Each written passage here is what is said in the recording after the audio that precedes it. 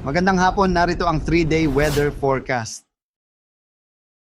At para naman sa ating 3D weather outlook, ito yung magiging lagay ng ating panahon sa mga susunod na araw sa mga piling syudad ng ating bansa. No? So, for Metro Manila, Baguio, and Legazpi, simula sa araw ng Lunes hanggang sa Miyerkules, ay magpapatuloy muli itong generally fair weather. Pero dahil sa epekto ng habagat, makakaranas pa rin tayo ng mga kaulapan at mga pag-ulan sa kanlurang bahagi ng Luzon. So generally, Ilocos Region, Zambales, Bataan, pati na rin sa ilang areas ng Cavite, Batangas at Palawan, posible tayong makaranas ng mga sustained o ng mga kaulapan at mga pag-ulan sa araw ng Martes.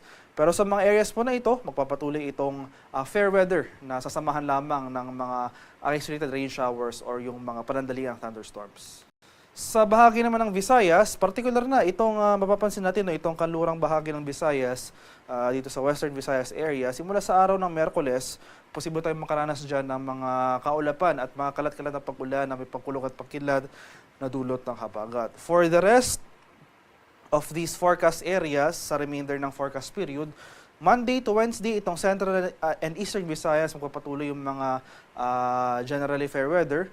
Sa Western Visayas, Monday to Tuesday fair weather, pero posible tayong makaranas ng mga pag-ulan sa araw ng Miyerkules. Pero may chance pa rin po tayo ng mga localized thunderstorms sa malaking bahagi ng Visayas.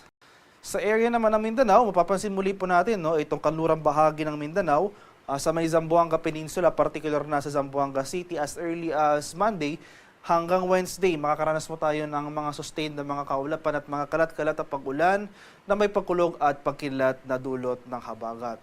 So Monday to Wednesday over Western Mindanao, saan po natin yung mga sustained na pag-ulan. Meanwhile, for nalalabing bahagi ng Mindanao sa may Metro Davao at Cagayan de Oro, sa araw ng Lunes hanggang sa Miyerkules, ang papatuloy itong mainit at maalinsangang panahon na may tsansa ng isolated rain showers or mga localized thunderstorms.